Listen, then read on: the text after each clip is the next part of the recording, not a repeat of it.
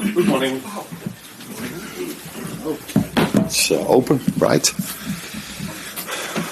Morning. Firstly, Arne, can I get the first latest on Gravenberch and Curtis Jones and Isaac? Yeah, you can. Ryan trained with us yesterday, and the others two didn't yet. Are you expecting them? What's the time scale on those? Yeah, as I said many times, in the end phase of the injury, things can go slow down a bit, and things can go faster. Let's wait and see where they are. But like I said, Ryan trained with us for the first time yesterday. Will train with us today, and then we're gonna make the call if he's able to start, yes or no. And the other two are probably 99.9% sure not in the squad Saturday. You talked about squad depth after the game against Crystal Palace. What is it do you think you're missing? What do you think that you need? We miss nothing, so I'm happy that you asked this question. I'm completely happy with the team, with all the quality we have, and I'm also completely convinced by the strategy and the policy we have. But that makes it the issue, if you could talk about an issue, is that not all of them have had a proper pre-season or have been injured during the season. So then when 3 or 4 are injured, you go back to 16 players. So I am a firm believer in the fact that 20, 21 players are enough. But you have to keep them fit, as we did last season. And we are struggling a bit more to keep them fit for, in my opinion, obvious reasons. Because Alex is a great example of this. Came to us, I think, the 1st of September. A few others have missed out on pre-season. A few others have had their injuries in pre-season. So it has been more difficult than last season to keep them all available. And if then a few of them are not available, then it comes down a lot towards the same players. And maybe last season we were more lucky, or now we're a bit more unlucky. Again, no excuses for our results before people are going to say this again. But we had to play a lot of away games with only 2 days rest in between. And that would have been a difficult schedule for every player last season. And I mean a player that has been fit throughout pre-season, throughout the whole season, but that has not been our situation. And then I think you have to manage it, because upcoming week is again free in 7 or 8 days. So there's nothing to do with the squad depth. It has to do with how we've went through the season in terms of injuries and availability, and players available to play every single time 2 games in 3 days. Finally, for me, there's been a lot of speculation about contract negotiations for you. Are there talks ongoing at the moment? Can you tell us? This is the last question I was expecting. I think my focus could be completely on getting Liverpool back on winning ways, and that's my first answer. And the second answer is that contract talks, if they are even there, are never. We never speak about this here. But let us first start to win again. That's where my main focus is on. Arne, you mentioned there about the injuries that your team is suffering with and have suffered with across the first few weeks of the season, and the fact that the schedule is as demanding as it ever is. With the issues that you've got at the moment, how are you going about trying to solve these problems? How difficult is it to solve them in season, with the injuries and with the number of games that you've got as well? Just handling the situation as it is. So Alex is. Let me use Alex as an example. He had to do his pre-season inside the season, and people can then argue, why do you play him? But if I don't play him, I don't have him available, and we need to have him available, because otherwise I have to play Hugo every single game. And I was just with Owen Hargreaves when he made the comparison between the two of them, and he showed that the both of them, for another reason by the way, but he showed me over there that both of them played. One played 34 games last season, the other one 34. And we play 60 over here. So that's why I need to get Alex as soon as I can into playing as many games as he can. And that has been something not only with him but with a few others as well. So Jeremy Frimpong has been in and out with injuries quite a few times. Same with Conor Bradley. So if one is out, the other one has to play more. That's why I've played maybe also Dominic Szoboszlai a few times in that position. So that has been something what every team, by the way, has. So it's again not an excuse for us because every team works with this. But what was a bit different than for example for me last season is that last season they all had 1 year Premier League experience as a minimum, and they were all fit when we started, and they stayed fit. And now they weren't all fit from the start, and then it's also then you have to some players have to play maybe even more than you want them to do, which is a risk for them getting injured as well. But it's just a situation as it is, and we have still more than enough good players available to play the game on Saturday, to play the game on Tuesday, and to play the game on Sunday.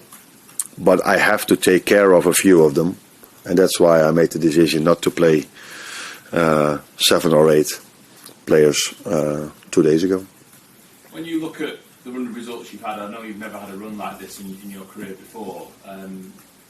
How much are you learning about yourself and your capabilities as a manager to adapt to this sort of situation and deal with all these problems that we're talking about? Maybe learning comes then a little bit later, because now you're mainly focused on how can I change, and you always evaluate the decisions you've made, the choices you've made, or the things you've done afterwards. And my focus is now not so much on trying to look back on what has happened, but more on how can we get a very good performance on Saturday. And so yeah, maybe the learning part is going to come a little bit later, but for now the focus is on the future and is on how can we get a good result, or at least a good performance against Villa, because normally a good performance from this quality players leads to a good result. Thank you. Arne, what are the key factors do you think that are going to help you arrest this recent poor run of results, 6 defeats in 7 games, and what's the key to getting the best out of the players again? I know there have been elements of misfortune in that run, but there have been occasions. I know last week was the first time I've heard you say you're really disappointed in the performance against Brentford. Yeah, for 60 minutes, yes. 30 minutes was okay, but 60 minutes was... I think first half against Palace was also similar to that 60 minutes I was talking about. The thing that gives me the most confidence is the quality of the players we are having. So, and the amount of chances these players are still creating. So this will eventually always lead to these players scoring more goals than we've done till now. And we have to address certain other things. But yeah, if I talk about that, if I'm speaking about what we have to improve, people then tell me I'm using excuses. So maybe it's better now just to say we need to address certain things to do better. But there are a lot of positives to go into this week as well. Like I just said, quality of the players is the first and foremost, and the amount of chances we create from open play is still good enough to compete for the positions we want to compete for. I know one of the things I'm sure you want to address is maybe the lack of physicality in elements of, in times of some of the recent matches, particularly last week. Obviously the players are trying to win their battles. On occasions, is it down to sort of a lack of confidence that sort of, because things are going wrong, one thing leads to another? Because that can be a really important part, but it is a really important part of the game. Yeah, no, and it gets more and more important in every Premier League game, let alone in games of ours. It's never helpful if you end a game of football against United with conceding a set piece and you start another one in the Premier League and you concede after 5 minutes a throw-in from a set piece. But I think, not 100% sure if I'm correct, we had to defend 16 set pieces, and 15 we defended well. But yeah, we are at this moment in a time where 15 isn't enough because we conceded 16, and the first one, someone said to me, who worked in a completely different department, but he said no plan survives the first contact, and that is also a little bit what makes it difficult if you are 5 minutes in the game and you're 1-0 down. That is never helpful for confidence and for the plan you're having. But like I said, if I liked a little part of the game. It was the part after we conceded the 1-0, because at that moment of time we were creative. We created our chances, but we couldn't score. And then in the last 10 minutes, it became more of their game again. And eventually, the way we conceded the 2-0, yeah, that is something that is far from our standards. Hi, Arne. There's been a lot of discussion in the last few weeks about long balls, and then discussion about your discussion of long balls. The next two opponents in the Premier League, Aston Villa and Man City, play less long balls than anyone else in the league. So, do you think that this might help you impose your game on those teams, or do you think maybe those teams will try and adapt their game to try and focus on what could be seen as a weakness? No, they're also really good at that. So Chelsea played their own game against us. They brought the ball out from the back as well, and we didn't win that one as well. So again, when people ask me after the game, why was it difficult, I try to explain why it was difficult. And if the question is why it was difficult, I answer the question why it was difficult. People don't ask me, can you come up with excuses? And then I give an answer. So I try to explain why it was difficult. And I did this only for the first time after United, because the games before that I felt would be stupid to tell so, because I'm not 100% sure if everybody is already noticing what we're seeing. Then I underestimate a lot of analysts throughout the country.